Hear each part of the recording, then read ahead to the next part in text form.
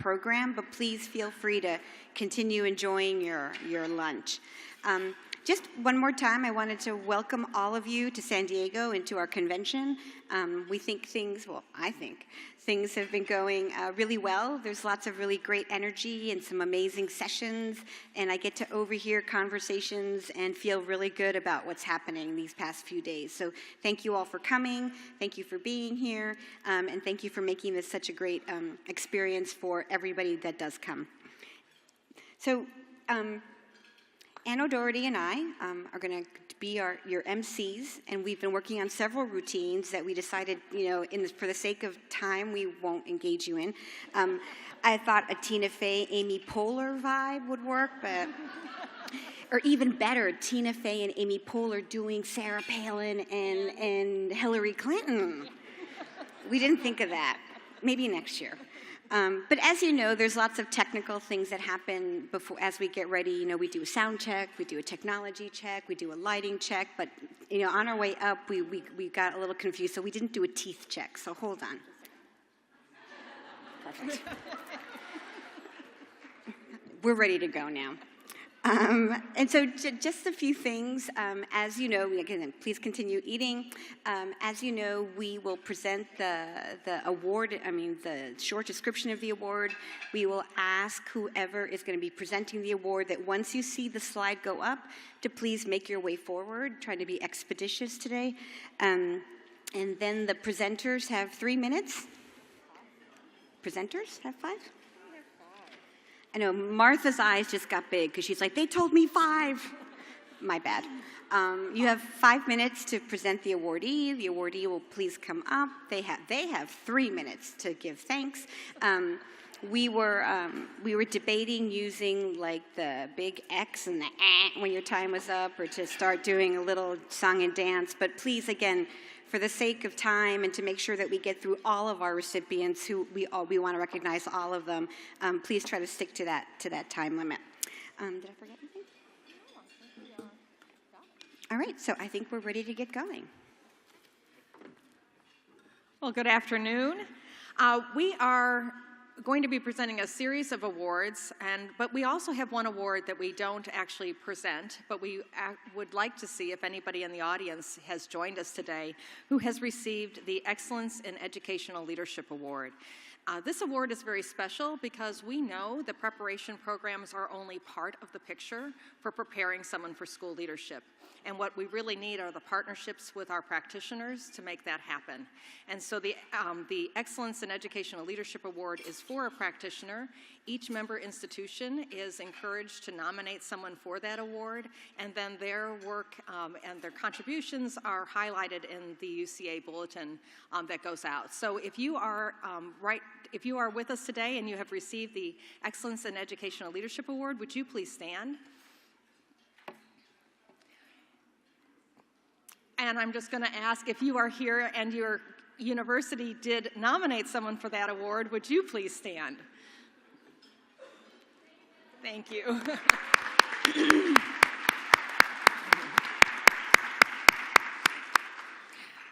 We are pushing to have more practitioners at our sessions, and perhaps this is one of those pieces that we can consider, is inviting that practitioner that you do nominate to come to the conference. So our next award will be presented by Michelle Young.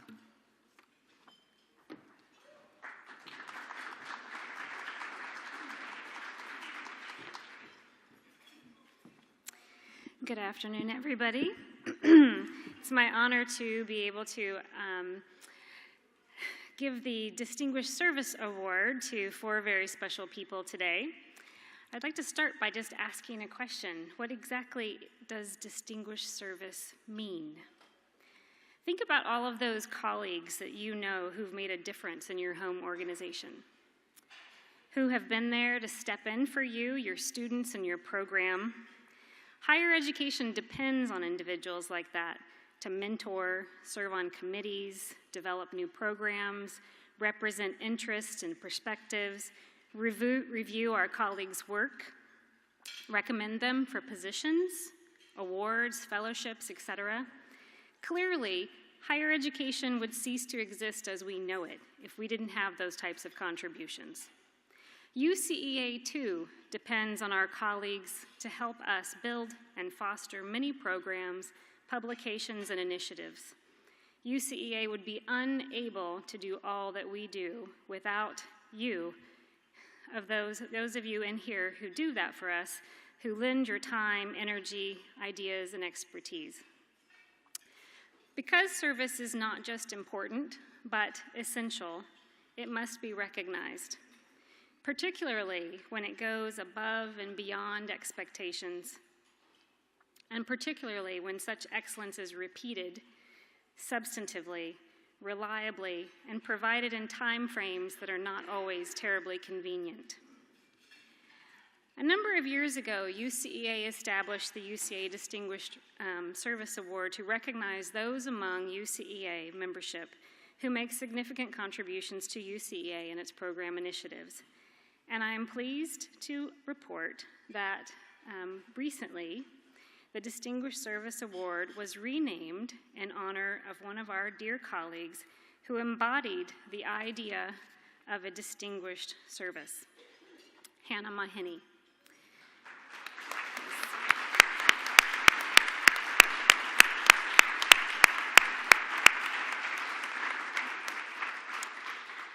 Hannah, who many of you knew, was an excellent UCEA citizen.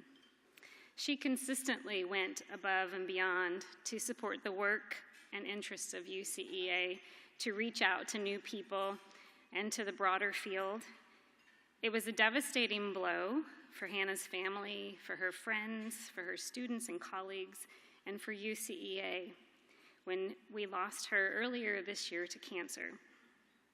But today, we remember her and honor her memory and her service by recognizing several other colleagues for their contributions as we present them with the Maheny Distinguished Service Award. The first recipient, and I'm going in reverse order, is Patricia First, who is a professor at Clemson University. Dr. First established the first UCEA center focused on the study of law and leadership, which now will be moved to the University of Arkansas. UCEA centers, like the Law Center, engage faculty, graduate students, and practitioners in a variety of substantive ways. They provide professional development, hold seminars, provide research and resources, host graduate student fellows, among other things. And Patricia was unable to join us today, but let's show our appreciation for her service with a round of applause.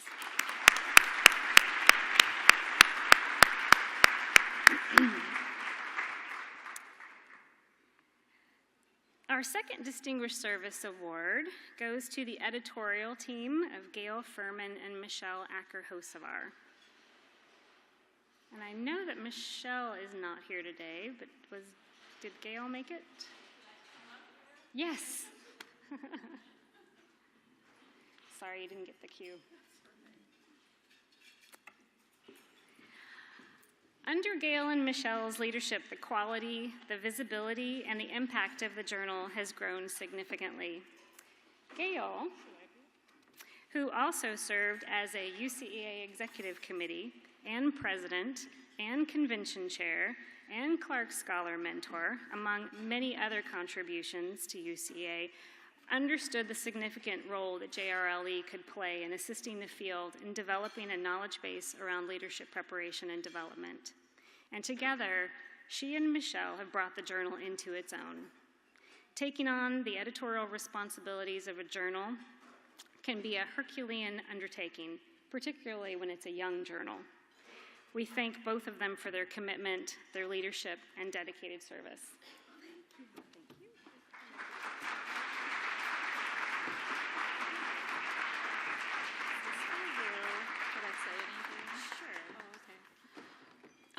I just want to say I miss Hannah very much, and I'm very proud to get an award that's in her name. And it was a great pleasure to edit JRLE over about the last 4 years, and now to turn it over to my distinguished colleagues from WSU. And Michelle Acker-Hosevar, she can't be here, but it was so wonderful working with her. She's been a fantastic colleague. So thank you very much.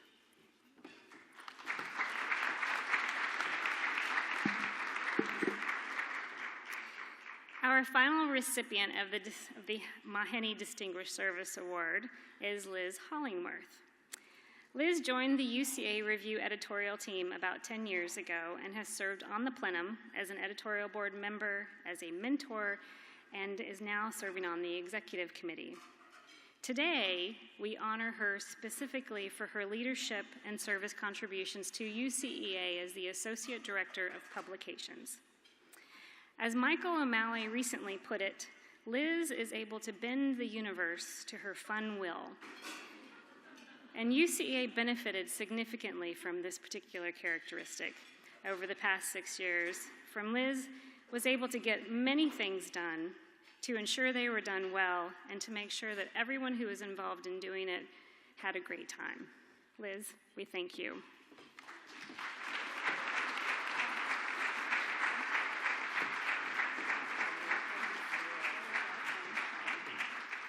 This is very pointy. My dad is there, right there in the middle. Wave, Dad. Yay, my dad came. Because the conference is in my homeland. This is San Diego, so welcome. Yeah, I live in Iowa. There's 10 inches of snow, so San Diego. Thank you so much, Michelle. I normally don't, I think this is weird getting an award for just doing what I volunteered to do. But I loved doing it, and Michael, are you here?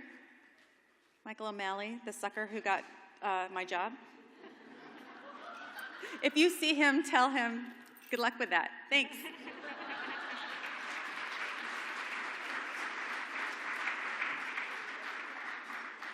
And I'd like to invite the editor of Educational Administration Quarterly, Casey Cobb, to announce the winner of the Davis Award.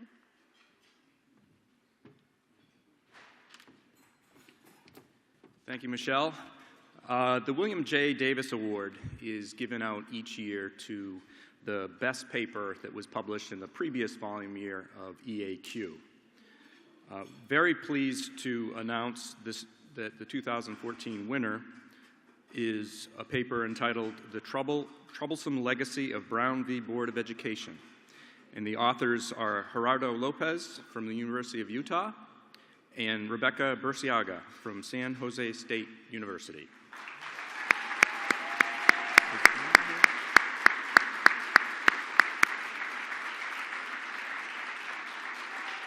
There's Gerardo over there. Thank you. And I just want to make mention that their article was in a special issue commemorating the 60th anniversary of Brown v. Board in EAQ. And look for it soon to be translated in Spanish and published on the SAGE website with open access.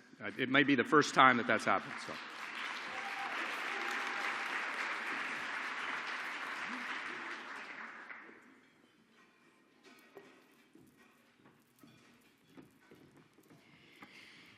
The Edwin M. Bridges Award honors the legacy of Edwin Bridges' contribution to the field and is given by UCEA annually for original outstanding work in the area of research and/or development that contributes to our knowledge and understanding of how best to prepare and support future generations of educational leaders.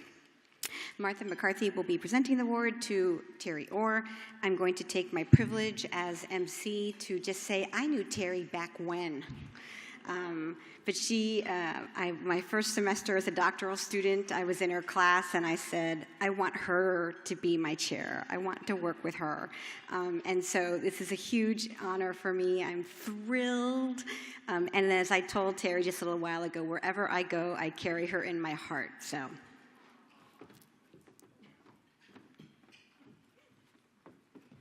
Thanks, Monica, and I appreciate you all being so attentive. We can't do anything about the serving, but you all are really helping out. It is such a pleasure and honor to present the 2015 Edwin M. Bridges Award to my terrific colleague, Margaret Terry Orr. You've heard what the award is designed to do in honoring Ed's legacy. And I truly believe no one could fit this description better than Terry Orr. Indeed, I think recognition of her many contributions is long overdue. Without a doubt, Terry is the first person who comes to mind when we think of evaluating leadership preparation programs. Gary Crow said she has almost single-handedly created the research agenda for program evaluation. Not only has she been at the forefront of these efforts, but she's moved the field toward assessments based on improvement-centered designs and learning-centered schools. She's provided excellent leadership for the AERA SIG on learning and teaching and ed administration, has been a driving force behind that for that SIG since its creation.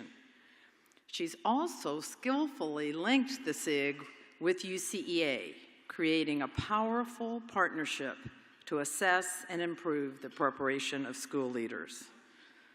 Her incredible efforts with the task force on evaluating preparation, which she launched and has maintained for more than a decade, would justify the Bridges Award if there was nothing else. But believe me, there is much, much more. In fact, as Margaret Grogram noted, Terry's contributions have spanned researcher, writer, reviewer, instructor, panelist, keynote and speaker, consultant, and curriculum developer. And trust me, the list goes on and on from there. Terry is clearly among the handful of scholars working to link the preparation of school leaders to success in schools in terms of student performance. And this is very complex and difficult work. That's why there's so few scholars that are involved in this. She collaborated with Linda Darling Hammond in the Stanford study to examine components of effective university preparation. And Terry has gone far beyond that study in her own investigation of successful school district university partnerships in preparing leaders. By the way, she directs the Bank Street Partnership with more than 30 school districts, which is one of the longest running partnerships nationally. In all her work, she conducts impressive research, but she does not stop there. She ensures that the knowledge she creates influences school policies and practices. Joe Murphy recognized that her masterful developmental work on the Massachusetts Principal Assessment of Leadership System is the best effort we have had to create an authentic licensure assessment program for prospective school leaders. He said that we see in her brainchild a level of technological sophistication that has been conspicuous by its absence in school leadership. More recently, Terry played a critical role in recrafting the ISLIC standards in 2015. She led the group on field knowledge, which is at the core of the new standards. And I could go on and on about her accomplishments. I would if the hook were not poised to come out. 5 minutes was all I was given. But I would be remiss if I didn't mention her incredible commitment to building capacity in those around her. Indeed, all who have interacted with her on the task force, in the Learning and Teaching SIG, or in Division A of AERA during her brilliant leadership as Vice President, know that Terry always enhances those with whom she works and helps them grow and reach new heights. In praising her superb mentoring of aspiring practitioners as well as academics, Monica, who you've already heard from a bit, noted, "I'm not sure Terry realizes that she is changing the world, one leader, one school, one policy, and one doctoral student at a time." And indeed she is. I'll just close by saying I don't think we could find anyone better qualified to honor the legacy of Ed Bridges than Terry Orr. It is such a privilege to present the 2015 Edwin M. Bridges Award to my wonderful colleague and dear friend.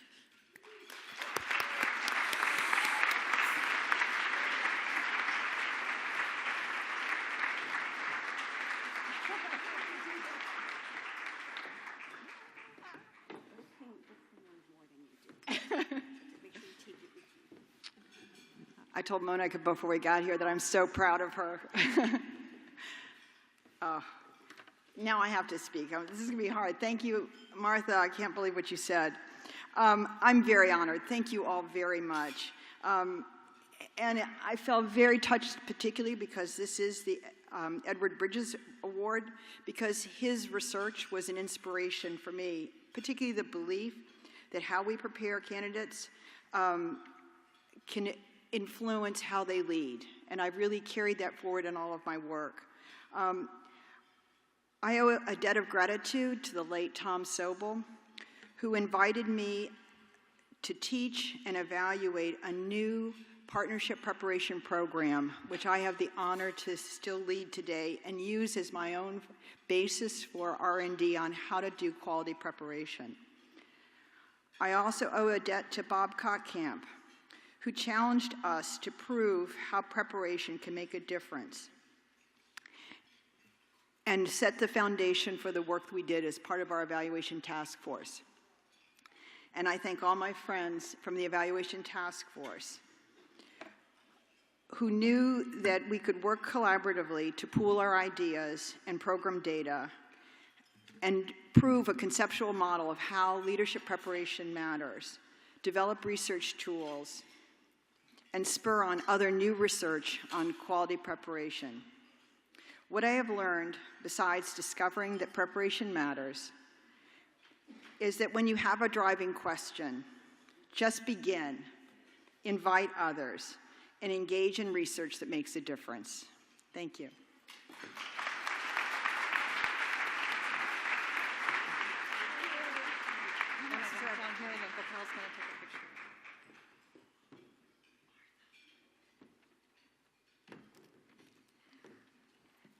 The next award that we're presenting today is for a Master Professor. And the UCEA Master Professor Award is given to an individual faculty member whose record as a professor is so distinguished that UCEA must recognize their efforts. And so this is for a professor for their work in service with students in their teaching, and their advising, and their ability to mentor students as well. Presenting our award today is Gordon Gates.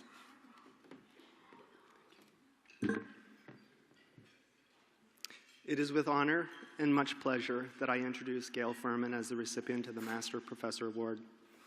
I, like many others, petitioned for her nomination, given the untotaled ways I have benefited over the years from her service, wisdom, leadership, and kindness. She was one of my instructors when, as a master's student, I began my leadership preparation, and later colleague and mentor when I joined the faculty at WSU, and now confidant. Please indulge me as I share a few brief excerpts from letters written willingly in support of this recognition. From Margaret Grogan. Professor Furman is an outstanding scholar of educational leadership who without doubt deserves this award. I have been privileged to know Gail since my time as a graduate student at Washington State University. She taught me and served me as one of the readers of my comprehensive examination. Since then, we have become good colleagues, serving on the UCEA Executive Committee together and presenting in several UCEA and AERI sessions. I learned a great deal from her. Because Professor Furman has chosen to devote her academic energies to increasing our understanding of how community-based leadership facilitates the learning of all students, her work will continue to be highly significant in years to come. The importance of her work in the field of educational leadership lies in its applied focus. She has furthered our understanding of the praxis of leadership for social justice. She offers excellent insights to the realities of our work as professors of an applied field. Paul Sternum, who is a superintendent in Washington State, wrote, "It is rare and distinct honor to write a letter in support of a mentor who significantly contributed to one's own development and accomplishments. Such is the case as I write this letter in support of Dr. Furman's nomination. Throughout my studies at Washington State University, Dr. Furman was a constant source of strength and encouragement. I was not particularly accomplished student or writer, certainly not one of her shining stars. Yet Dr. Furman took me under her wing, so to speak, and steadily with her guidance I gained competence and confidence. Dr. Furman is renowned for her research and scholarly writing. Nonetheless, as a consummate teacher, she maintained patience with my sometimes arduous progress.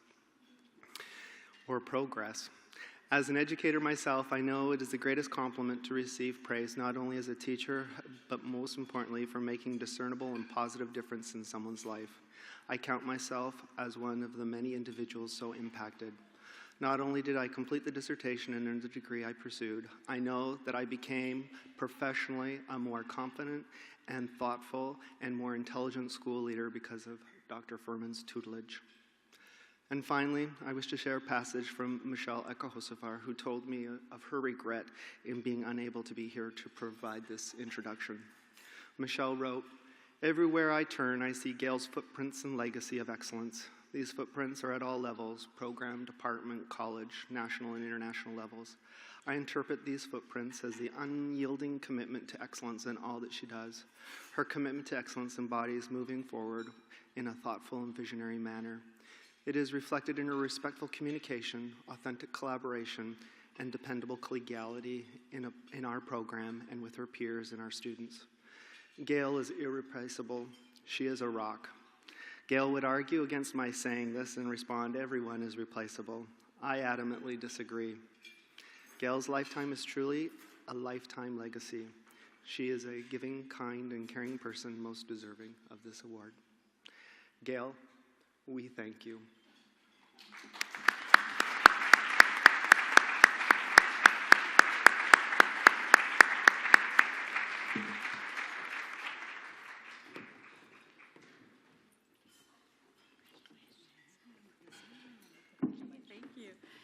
It is pointy, but it's really nice, so I will treasure this. And thank you so much, Gordon, for those kind words. Do you ever have that feeling of, are they really talking about me? Gosh, I'm just amazed. I didn't know about the 3 minutes, so probably that's just as well, but I'll say a few words. Getting the Master Professor Award makes one reflect. And I want to thank all the other master professors that I work with at WSU, Washington State University, my wonderful colleagues there, as well as all of you, the master professors in UCEA, who have been my friends and colleagues over the years. You know who you are. And I'll just say this. This is something I said in my presidential address. I think it was in 2002, although it's kind of hard to remember, what year it was. But Joseph Campbell, that philosopher, once said something like this: if you follow your bliss in your work, and I would amend that by saying if you do what really you have a passion for and you really want to do in your career, it's as if unseen hands are there to help you. And that is really true. So I don't even know all the people who've been supportive over the years, but it's been a great pleasure to work in WSU and in UCEA. So thank you very much. Appreciate it.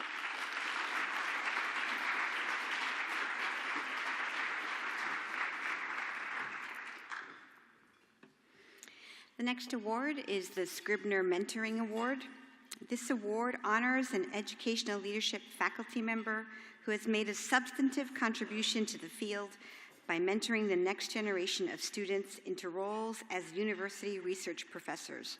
This award is named after J.D. Scribner, whose prolific career spans over 4 decades and who has mentored a host of doctoral students into the profession while advising and supporting countless junior professors throughout the same time.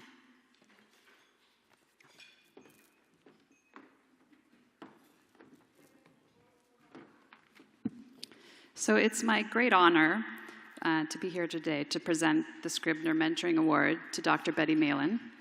It's very rare in one's life to actually have a true mentor, and I think it's probably even more rare to be able to celebrate and honor them in such a public way. So I feel very fortunate to do so today. Let me say that Laura Cohen-Vogel and I put together this nomination package, and unfortunately she wasn't able to be here, but my words today are ones that we both share. In putting this nomination together, we had no trouble getting letters from leaders and scholars across the country. Their quick replies, their eloquent letters, I think are a true testament to the impact and reach of Betty's mentoring. All of you have probably had a mentor in your life, a trusted counselor, someone who could provide you both professional guidance, but also some help in navigating some of those times of crisis and conflict. Someone who helps you reach your full potential. And Betty has been that person for so many people. If I had more time, I would read all of the letters, and we will give those letters to you, Betty. But I want to highlight a few key areas that UCEA has identified for this award, and then maybe some excerpts from the letters.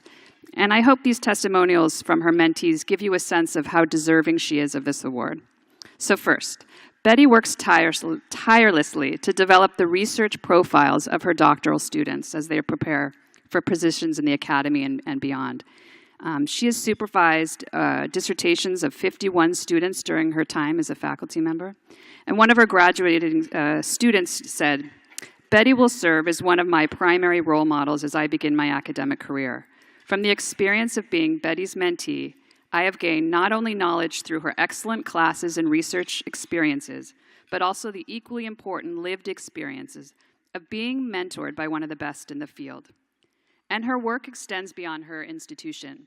She's someone who regularly serves as a mentor for UCEA-sponsored Boyd and Clark seminars, among others. The second thing I want to point out is that Betty is really someone who has the rare ability to reach across racial, class, gender lines in the mentoring that she does, and the nurturing of scholars from underrepresented backgrounds into this profession that has historically been quite homogeneous.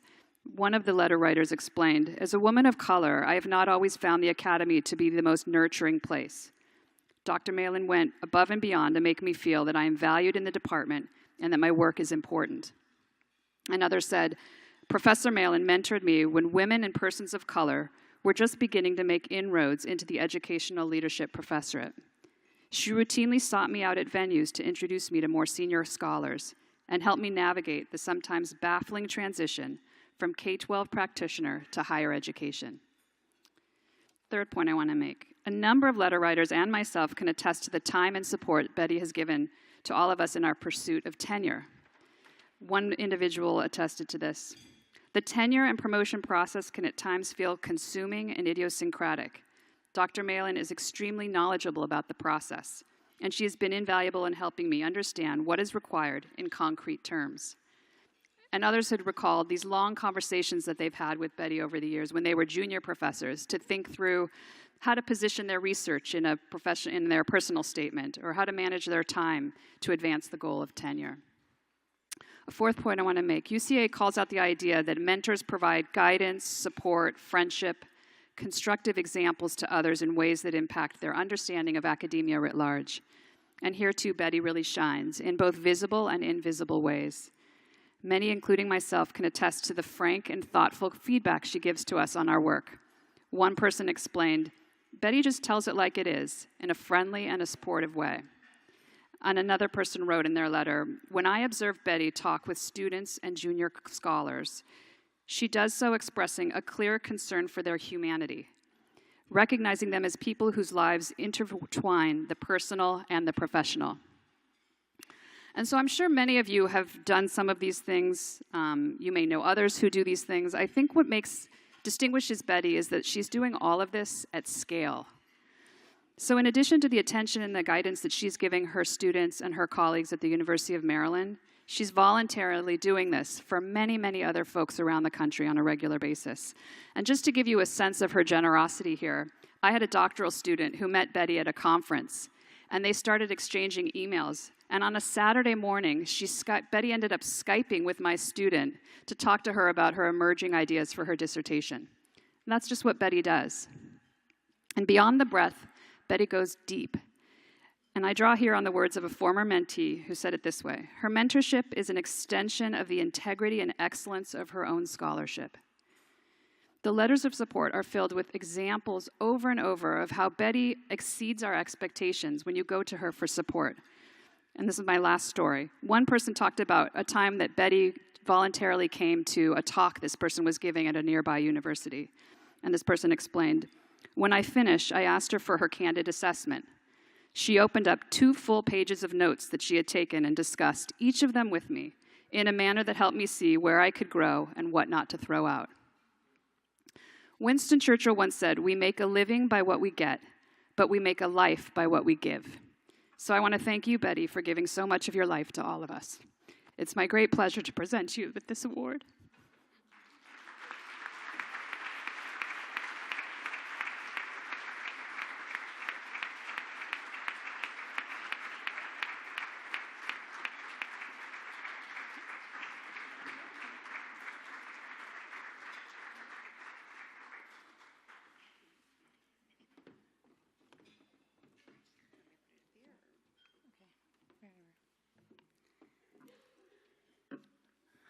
This award means a great deal to me, perhaps because I was the beneficiary of pretty extraordinary mentoring at the University of Minnesota with the likes of Tim Mazzoni and Van Mueller, and in my first professorial position at Utah with the likes of a Roald Campbell, a Cecil Miskell, and a Rodney T. Ogawa. So it's a very special award for me. And I am deeply indebted to Julie and Laura for putting together the nomination, to all of the individuals who wrote letters on my behalf, and to the scores of students and young professors who have over the years been willing to share their work with me and have been willing to let me learn and grow from them as they paved their way through this crazy field we call the professoriate. Many of those people have become extraordinary scholars and dedicated mentors in their own right, and most importantly to me, they've also become my valued colleagues and my treasured friends.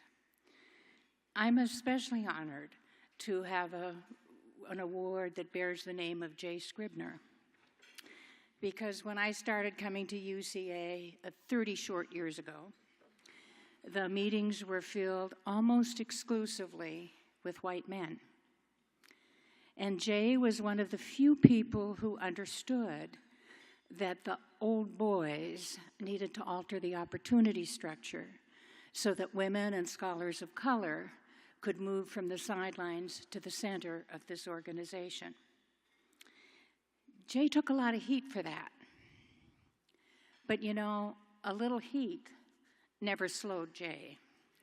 He persisted, and he, along with folks of kindred spirit, managed to prevail, and he did wonders to alter the composition of this organization and its close sibling organizations, the Politics of Education Association and Division A of AERA. So today is a day to celebrate the importance of mentoring and its value to all of us, but it is also a day to celebrate Jay Scribner for being with the handful of folks who worked hand in hand with the few female scholars and people of color, the Martha McCarthys and the Barbara Jacksons of the world, to really open the doors and alter this organization in ways that have made it more inclusive and more responsive. And we are all the better for their efforts. Thank you very much.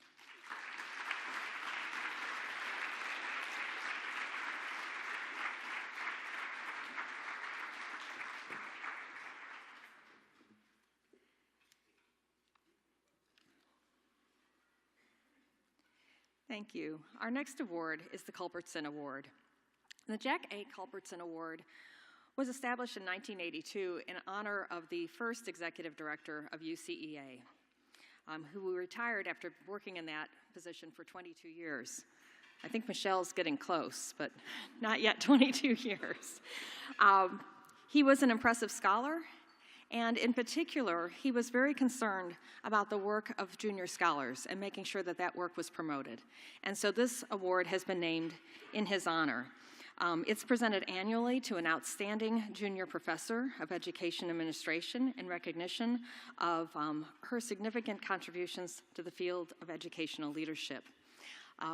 This year, I'm going to take just a moment. I get to be an MC every now and then for this award ceremony, and I was so very, very excited, though not surprised in the least, as to who was named for this award. I am going to preempt for just a second, Tom. I knew AJ as a grad student at UT Austin and have had the honor of watching her just blossom and grow as a scholar. So congratulations, and Don Hackman will say much more about our recipient.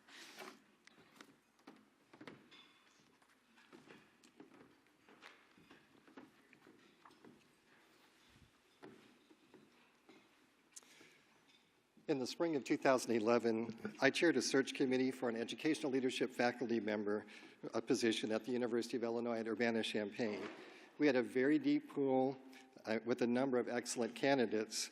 However, one candidate stood out and was the unanimous choice of our faculty search committee, Angela Welton. She was completing her PhD in Education Policy and Planning from the University of Texas and already had begun to amass an impressive record of conference presentations and publications.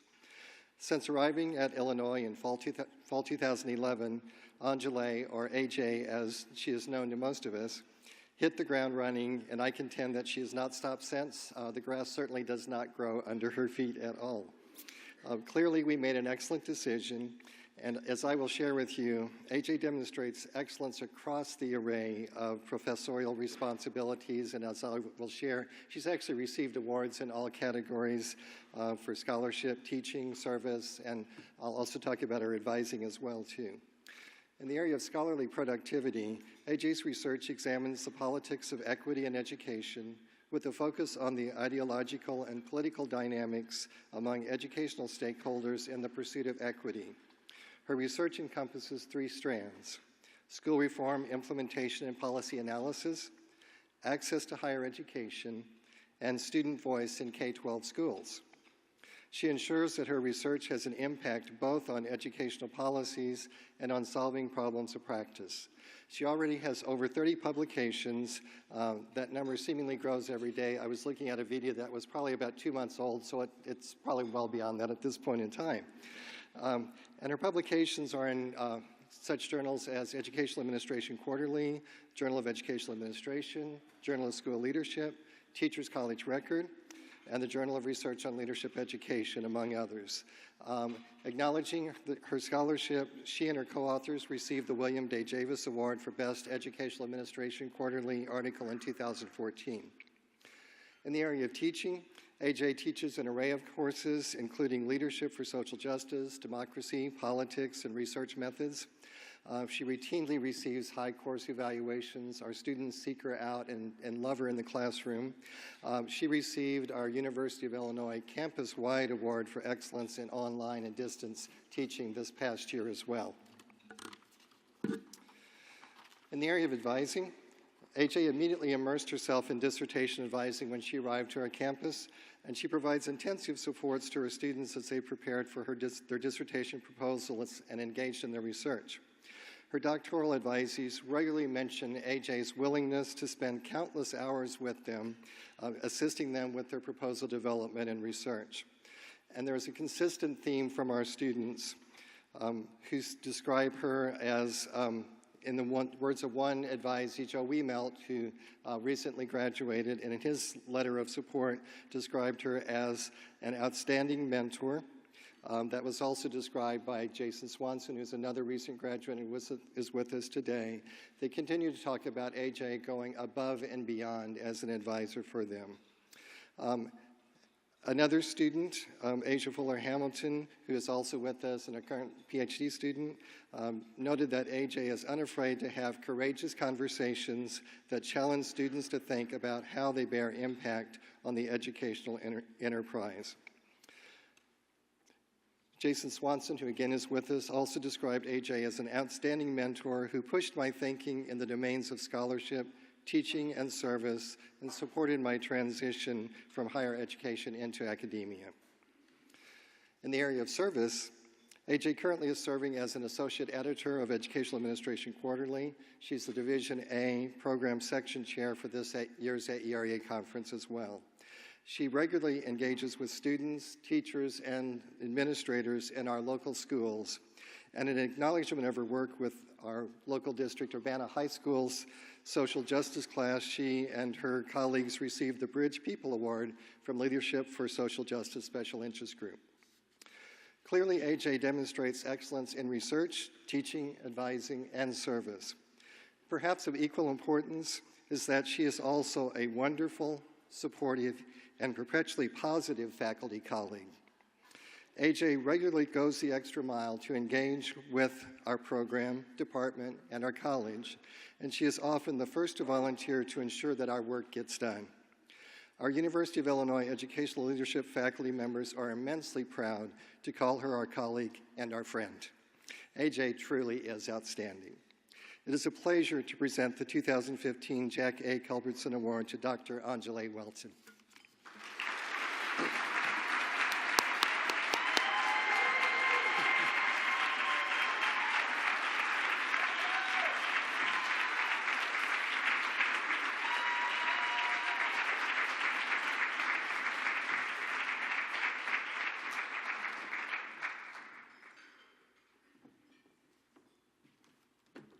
I'm such a crier, I'm already getting teared up. I wanted to say thank you to Don Hackman, who has been such an amazing, very supportive colleague and really protected me and spoken up for me as a tenure track professor, so thank you. And I also wanted to thank the other nominators for this award, Jason Swanson, one of my first dissertation advisees to graduate, Asia Fuller-Hamilton, and Joe Wiemelt, who couldn't be here, for nominating me. Graduate students were the reason why I took the job at University of Illinois, Urbana-Champaign, and they truly lift me up, have done, take care of me, look out for me, and so I'm truly grateful and appreciative. I wanted to also thank UCEA. I have received so much mentoring based on the ribbons, mentoring and opportunities from this organization. And number one, I wanted to thank Michelle Young. There aren't enough days in my lifetime to thank you for all the mentoring that you've provided to me and your listening ear. So thank you. Here I go, crying. And also, I wanted to thank my UT cohort. They were a competitive group. Catherine Mansfield, Sarah Deem, Bradley Carpenter, Pei-Ling Lee, Melissa Martinez, and they have really helped me become what I am right now, mentoring me, providing feedback, pushing me, and I was really, really grateful when I started at UT. I didn't know what I was doing. I was very green, first-generation college graduate, so didn't really know what to expect in terms of going to graduate school, and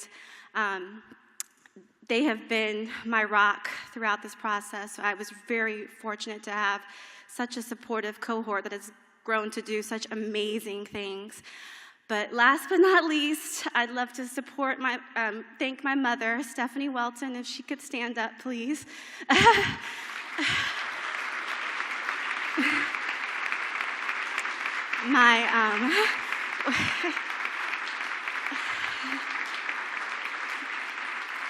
When I received the email that I was getting the award, I emailed it to my mother, and of course she sent it out to all my family members, cousins, etc. And she had her travel booked even before I did for UCA. But I just wanted to, Mom, thank you so much for all the sacrifices that you have made for me and the choices that you made along the way, which were critical and challenging choices for my education. This award is for you. And if you get a chance to talk to my mother, I'm embarrassing you and putting you on the spot. She's made so many sacrifices for me, and now it's her turn. She's been extremely brave, and she's going back to school to get her nursing degree. So please give her words of encouragement. So I'm trying to pay it forward to her. So thank you very much. Thank you. Thank you.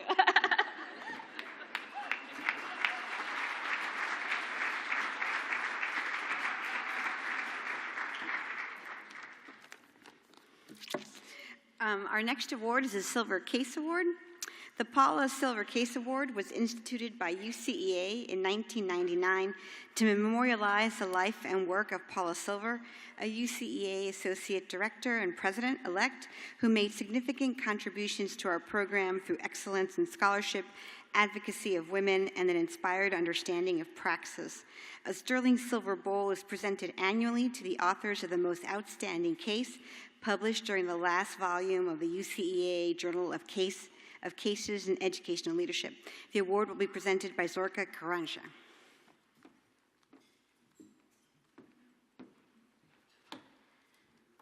Hi, everyone. I have to follow AJ. But it's okay, she's wonderful. I'm here to present the Paula Silver Case Award on behalf of my co-editors, Bill Black, who is there, and Dr. Vanzella Gusto, who will be the editor-in-chief for this year. The selection committee, comprised by Sally Zepeda, Stuart Myers, and Chris Willis, selected one case for the Paula Silver Case Award. Situated in a high school context, I need to take my glasses off, sorry. Situated in a high school context, the case provides detailed interactions between a student who identifies as transgender and a cheerleader in locker room interactions after PE. At the heart of the case is school policy, or lack thereof, and the rights of students who identify as transgender, as well as students who are straight. I'm going to quote from the selection committee write-up. Kaiser, Seitz, and Walters are excellent writers, and they present a realistic case with multiple constructs, teaching notes, and accompanying suggested readings to extend the ideas presented in the case. Especially strong is the coverage of public policy, school policy, and the considerations with the community in which a case could evolve. The work is highly original, strongly written, and is timely for aspiring leaders to have familiarity with as they prepare to lead inclusive school cultures. The call for action is answered through the thoughtful and provocative explication of the constructs associated with queer theory and its implications for school leaders as they deal with the multiple perspectives related to gender and policy formation. It gives me great pleasure to provide this award to Keisha Seitz, who is going to accept it on behalf of her co-authors, Matthew Kaiser and Elizabeth Walters.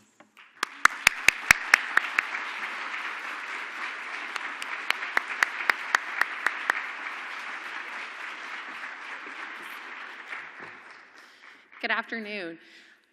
In preparation for today, I had a conversation with Matt and with Liz, and they gave me a million different things to say on their behalf, so I'm going to attempt to speak for all three of us. But first of all, we just want to thank UCEA for choosing our case. We never in a million years dreamed that this would happen.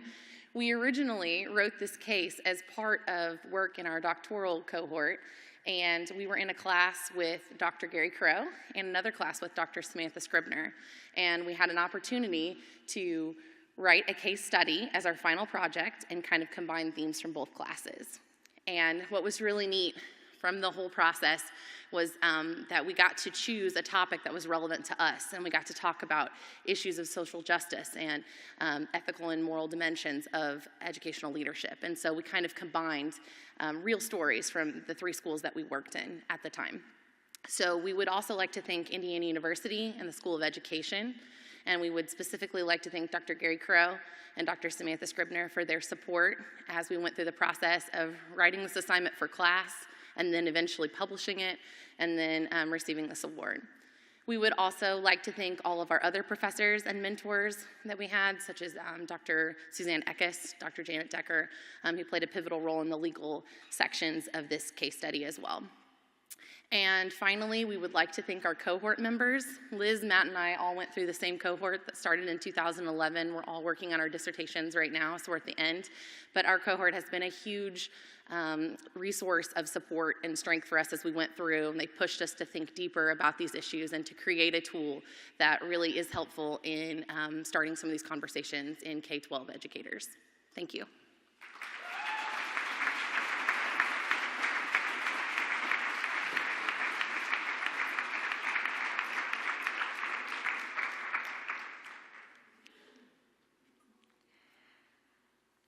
next award is for JRLE, the Journal of Research and Leadership in Education, for the best article, and the award will be presented by Kristen Huggins.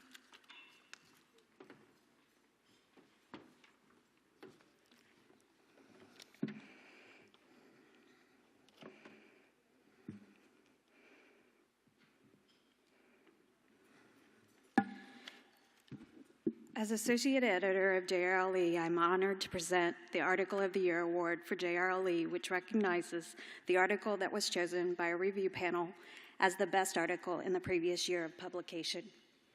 Instructional leadership has become one of the main foci of the work that principals do. In order to obtain the knowledge, skills, and dispositions required to effectively instructionally lead, some scholars assert that assistance post-internship may be needed for novice principals. JRLE's Article of the Year recipient studied for a 3-year period novice principals who were a part of a university-based leadership coaching induction program.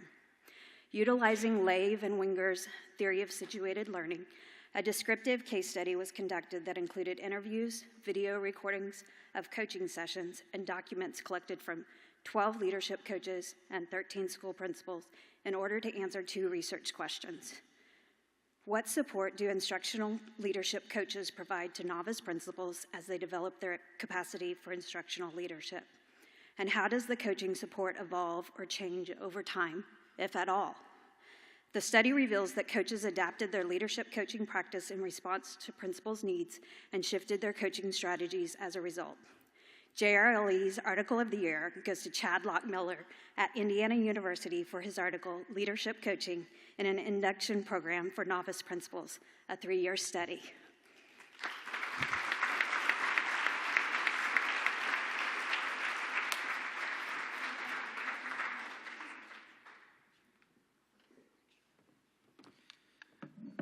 I believe that whenever these things happen to us professionally, that it's an opportunity to give thanks for our colleagues and mentors, and that's certainly been the model here today, and I won't break from the model. First and foremost, I'd like to thank my colleague, Kristen Huggins, she and I began our journey in the professorate together at Washington State University, and while our paths have diverged since then, Kristen has been a consummate colleague and supporter, and I'm grateful to her for being here today. I'd also like to thank the JRLE editorial team, specifically Michelle Acker-Hosevar and Gail Furman, who are not only mentors to me at WSU, but who have been supporters of me professionally for the years since. I'd like to thank my colleague at Indiana University, Gary Crow, for his work around mentoring and socialization, which provides me, or has provided me, with an understanding of why these programs matter and what ultimately we as a field need to be thinking about in terms of the unique challenges that arise as principals not only learn how to assume their roles, but also how they fulfill their roles in the buildings that they lead. And last but not least, I'd like to thank my colleague at the University of Washington, who's now the Deputy Superintendent in Bellingham Public Schools, Mike Copeland, for giving me the nudge to do work in this area. Mike was a mentor to me at the University of Washington and provided me with a gentle nudge and suggestion that this was a program that needed to have its story told. And so I'm grateful for him to making that suggestion. And I'm also grateful to all of you as colleagues and friends, and to UCEA for creating a space for these conversations to be happening and for these conversations to be unfolding. So thank you all. I'm very grateful and very humbled.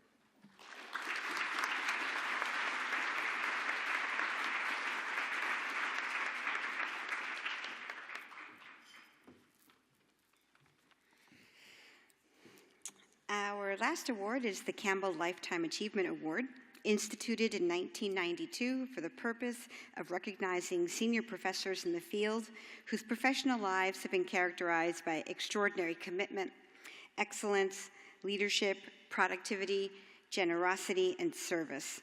At the same time, the award celebrates the remarkable pioneering life of Roald Campbell, whose distinguished career spanned many years and emphasized these characteristics.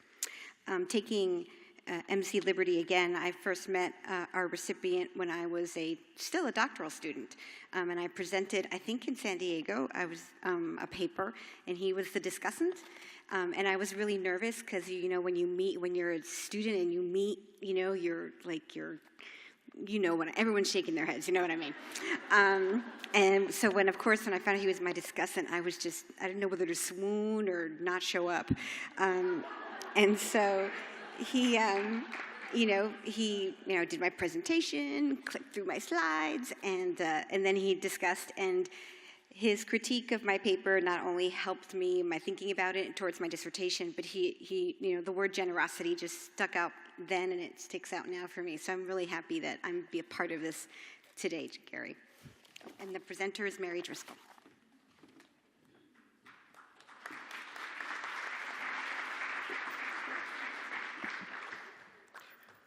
Whether I shall turn out to be the hero of my own life, or whether that station will be held by anybody else, these pages must show. I was reminded of that opening to Dickens' fictional memoir, David Copperfield, when reviewing Gary Crow's CV in preparation for this honor of presenting him with a Roald Campbell Lifetime Achievement Award. Suzanne Ekes did a wonderful job of shepherding a group of national and international colleagues, and I'm honored to be the person that was asked to present this to him.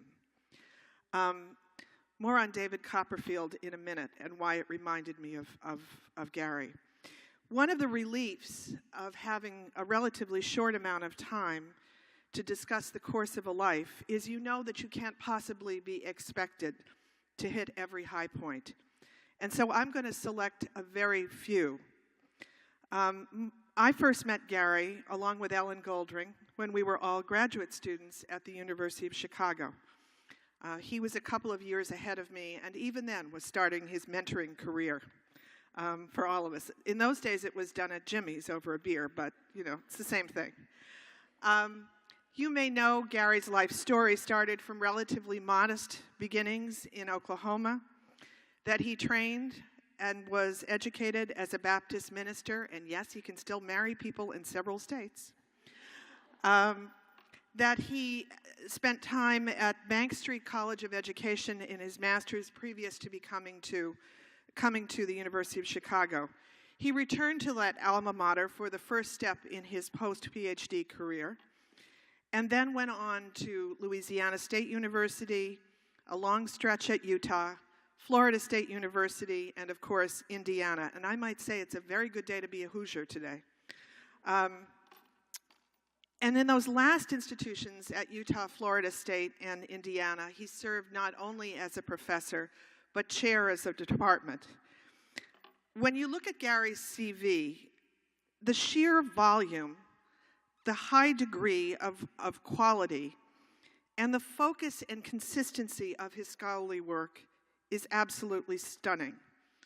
You see entry after entry talking about cogent, careful analyses and a study of a profession of leadership, focusing initially on the principalship, but gradually extending more and more to those of us who profess to teach leaders.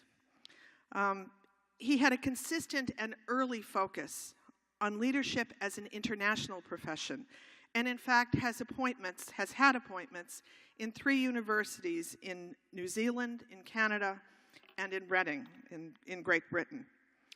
It's easy just to sort of give you the quantitative litany. 7 books, 26 chapters, most of them written in collaboration with many different scholars, and at least 37 journal articles by my count, in addition to conference presentations, invited addresses, and roles on editorial boards. There's no question that he has crafted an illustrious scholarly career. But enough of that. I'm going to focus on page 27 of his vita. It's not the end, and all of this scholarship stuff comes ahead of it. And the reason I'm going to do it because I think it tells as much about Gary as those first 26 pages. There's a list of services to the profession, and there's about 30 or 35 entries. And each one is a real thing. It's an appointment. It's not just, I do this all the time, but it's something that he actually did with a time frame and an organization. The verbs in those entries are things like mentoring, reviewing, serving on a panel, evaluating, being on a nominating committee. They're all certainly important things. Buried as entries 18 and 19 in that list is his election as president of this organization, UCEA, and his election as secretary of Division A. Now, for a lot of people, those two things would be at the front of the Vita. But what that tells you about Gary is that those leadership positions are part of a pattern of service. And he sees it as of the same cloth as all of those other appointments. And I'd go farther. It's not despite his status as a first-grade scholar, but because of his status as a first-rate scholar. He has helped to build this profession and our institutions in ways that continue to nurture and support other scholars and practitioners and enhance their ability to generate knowledge about their own practice and thus improve education. How else do you do this? Well, again, on page 27, he's reviewed 16 programs as an external reviewer. He's done tenure and promotion reviews at 42 institutions. And you know when you do one of those, that's a minimum of 42, probably 3 times that many days gone. That's not counting the work that he's done as a chair in recruiting, retaining, and mentoring at these 3 institutions and, in fact, every place where he's worked. You know, I recently crossed over to the dark side and became a dean. And I will tell you, as somebody who was a chair before I was a dean, deans get credit for the things that chairs do. And that they get credit for attracting and retaining, for example, talented faculty. But we all know the quality of one's work life is shaped much more at the department level than in any dean's office. So back to David Copperfield. You know, the punchline of that book hits when you realize that David Copperfield is a hero not just by virtue of what he has done, and he does quite a bit, but more so because of the effect he has had on other people. Like Gary, Dickens' hero permits himself to reach out and be guided by others, but pays back that gift many, many times over. I want to use a nautical metaphor to finish. A ship is only as sturdy as its hull and its keel, the parts you never fully see when it's engaged gliding across the water. So many people in our profession and in our organization are good at the bright work, the shining superstructure of scholarly output that everyone sees and acknowledges. Gary has demonstrated he's great at that, but he's also shown real talent for working below the waterline, making this organization, UCEA, and the institutions in which he's worked so much better and stronger for that. It is my honor to present the Roald Campbell Award to my hero, Gary Crow.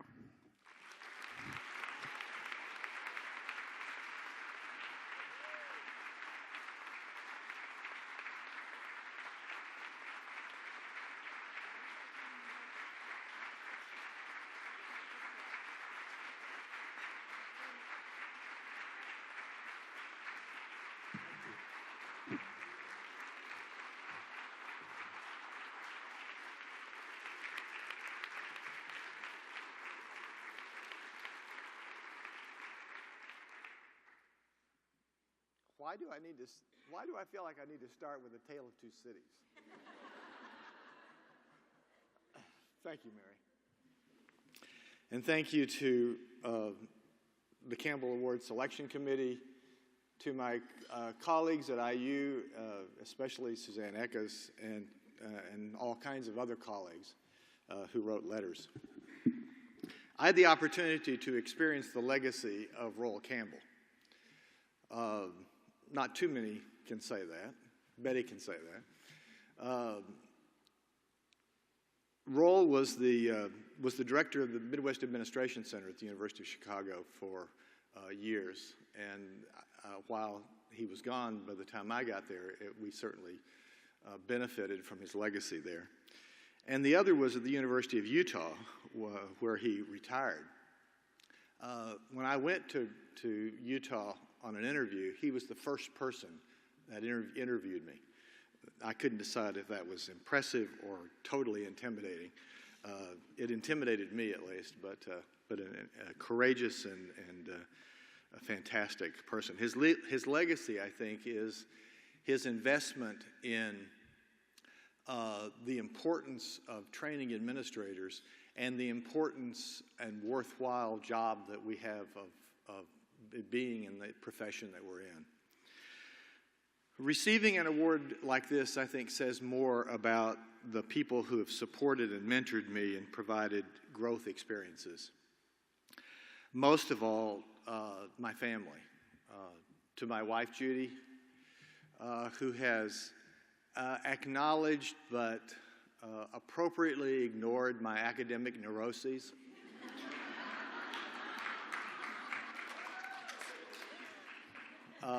Lifted me up when I was down and gave me encouragement in so many ways for so many years. To our daughters, Amy and Laura, actually, all four of us are in public education. Also to the universities I've been at. Somebody at Utah several years ago called me a nomad. And in some ways I am, but I think part of the excitement about that, or the benefit of that, is that I've benefited from so many of you and so many other people in those universities who have reminded me what a rewarding work this is. To mentors, too many to mention, who were my teachers, and my students who were my mentors. To colleagues and friends, some of whom are here, who cared for Judy and I during a very difficult time, but who were always there to support and keep us going. And to UCEA, and especially to Michelle Young. Colleagues who support us when others threaten and try to diminish the important work that we do. And who remind us that what we do is important and that sometimes we forget, and they remind us when we forget. To all of you, many of whom I've known for years, some of whom I've known only briefly, and some of whom I have yet to meet, thank you for all the ways that you remind us all of the important and rewarding work that we are all part of. Thank you.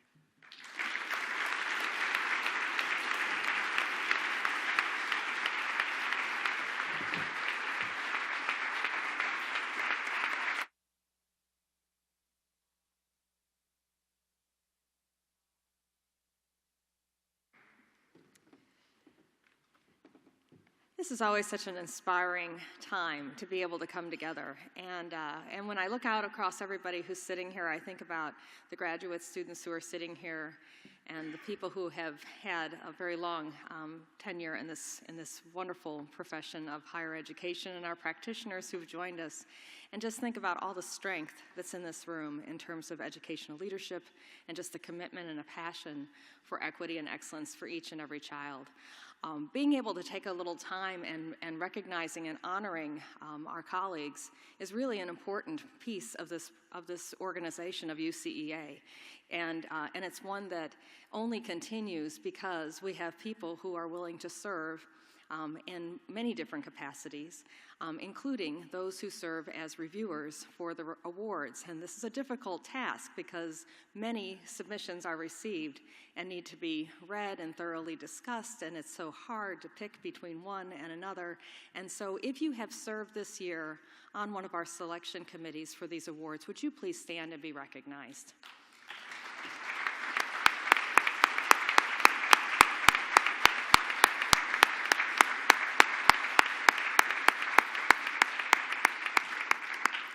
So another thing that doesn't happen without some more support and service is the people who nominate someone for an award.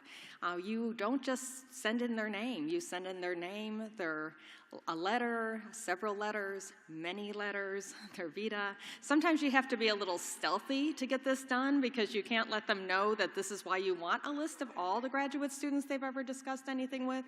And so that can be a bit of a tricky thing to do. So if you have nominated someone either this year or any year, would you please stand up?